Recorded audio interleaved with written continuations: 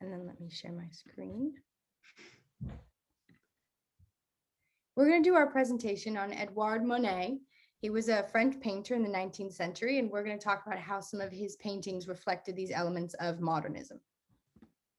To begin with, his painting from 1882 called A Bar at the Folies Bergère kind of has this emphasis of isolation or disassociation from this bartender who, and primarily there's this separation of a marble surface of her behind the bar. And apparently, as you can see in the far right corner through a reflection in the mirror, there's a man that she's apparently in discussion with, but then also the greater people around, as you can see, and the vast majority of people whom there seems to be a separation between the two.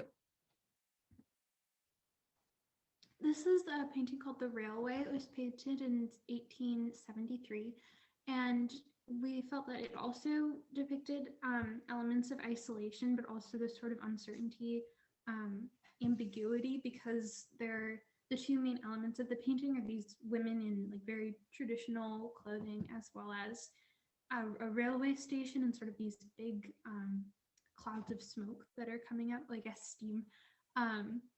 And the contrast between them sort of shows, again, like an uncertainty between the future for these two different parts of the world, sort of the more traditional way and the newer modern way as well.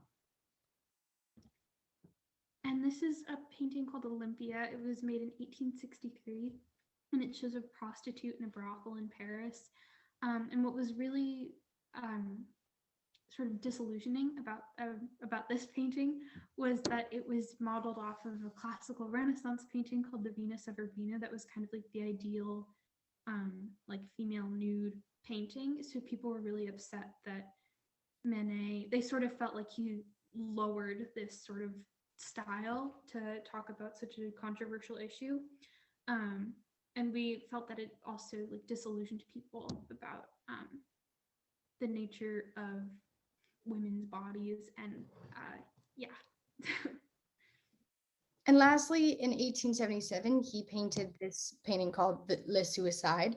And we felt that on the first level, there's this desolation or isolation in terms of death, and there's a sense of despair. And oftentimes, suicide comes from a sense of isolation in the world. And so to begin with, the simple act of suicide reflects that element of modernism that we've been speaking about.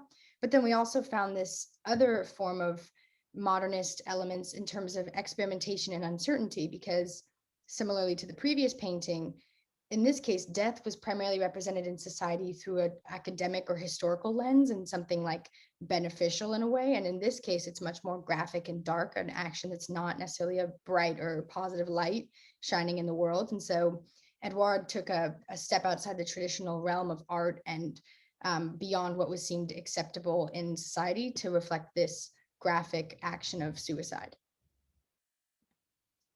Thanks. That's it.